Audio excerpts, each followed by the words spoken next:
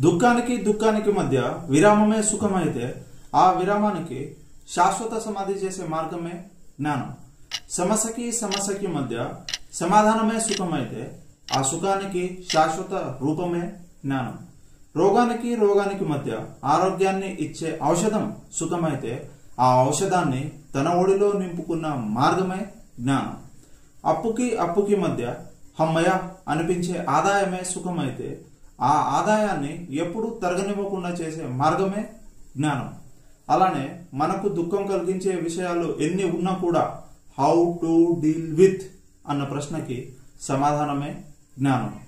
ఇంతకీ ఈ జ్ఞానం ఎక్కడ దొరుకుతుంది? The answer is this. Bhagavad Gita మొత్తం సారాంశం ఒకటే.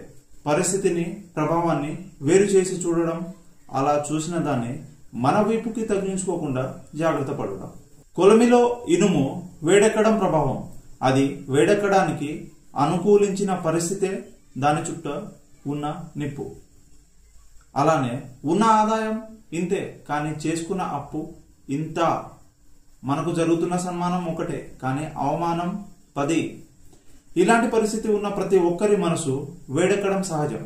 వేడెక్కిన మనసు గతి తప్పి మనతో ప్రవర్తించే తీరు మారడం సహజం. కానీ అది వేడెక్కడానికి ఇక్కడ ప్రేరేపించే పరిస్థితే అప్పు, అవమానం. ఇక్కడ భగవంతుడు చెప్పేది ఏంటంటే, ఆ మనసు వాడు కాదు, ఆ అప్పు, అవమానం వాడు కాదు. మరి వాడేవాడు? ఆ వాడే వాడిలో ఉన్న ఆత్మ. ఆ వాడే నీ భర్త, ఆ వాడే నీ స్నేహితుడు, ఆ వాడే నీ నాన్న, ఆ వాడే మీ బంధువులు ఎవరైనా కూడా. అంటే మనం పరిగణలోకి తీసుకోవాల్సింది వాడిని కాదు, వాడి పరిస్థితిని కాదు, మరి దేన్ని?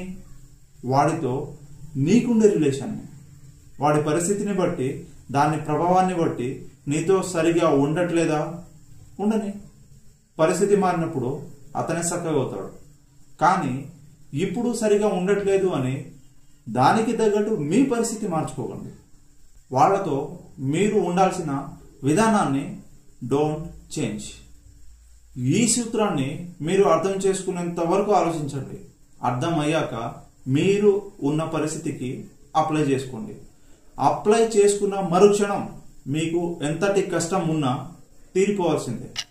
ఒకవేళ తీరలేదా కింద కామెంట్ చేయండి, నేను మీతో మాట్లాడతాను.